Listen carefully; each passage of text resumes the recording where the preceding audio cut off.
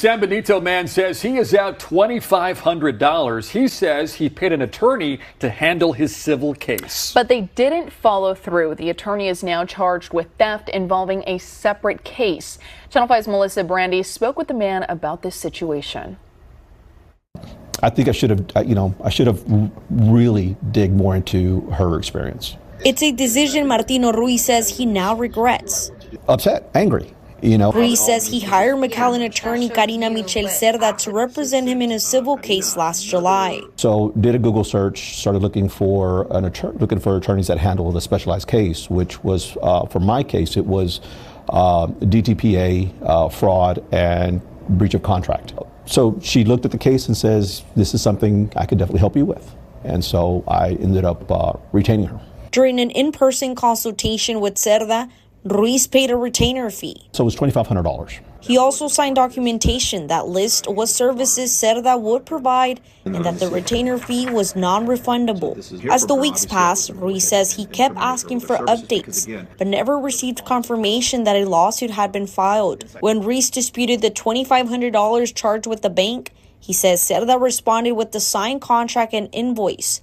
The document says Cerda prepared legal documents, including a draft petition and discovery documents, and that Ruiz was also provided appointment reminders through a client portal that Ruiz claims he had no knowledge of. Months later, Ruiz hired another attorney. An email provided to Channel 5 News shows that attorney told Ruiz there was no petition filed. I never saw a petition, and obviously the discovery documents are what I had that I provided to her. So, but there was never a petition for me to review, to approve, or even file. Ruiz then filed a report with McAllen Police. The department tells Channel 5 News no charges have been filed and the case remains under investigation.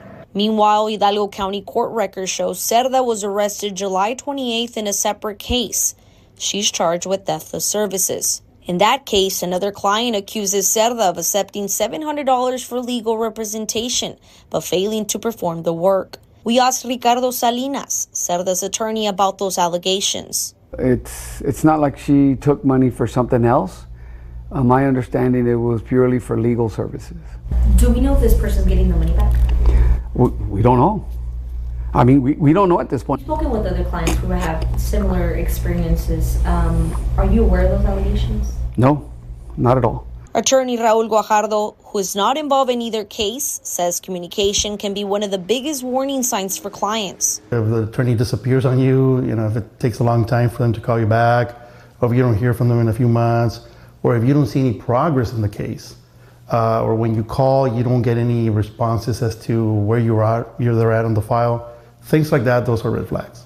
He recommends clients keep records of every email, phone call, and payment. Most contracts are not required to be in writing here in Texas. The contingency contracts are, but it's always best to have a written contract. It'll define specifics as to an hourly wage, any expenses, things of that nature, secretarial fees, all that. Guajardo says clients can contact the State Board of Texas if there are communication issues with hired attorneys, if they believe the attorney has behaved unethically. I would also recommend that you look at the reviews, talk to people, talk to neighbors before you hire an attorney.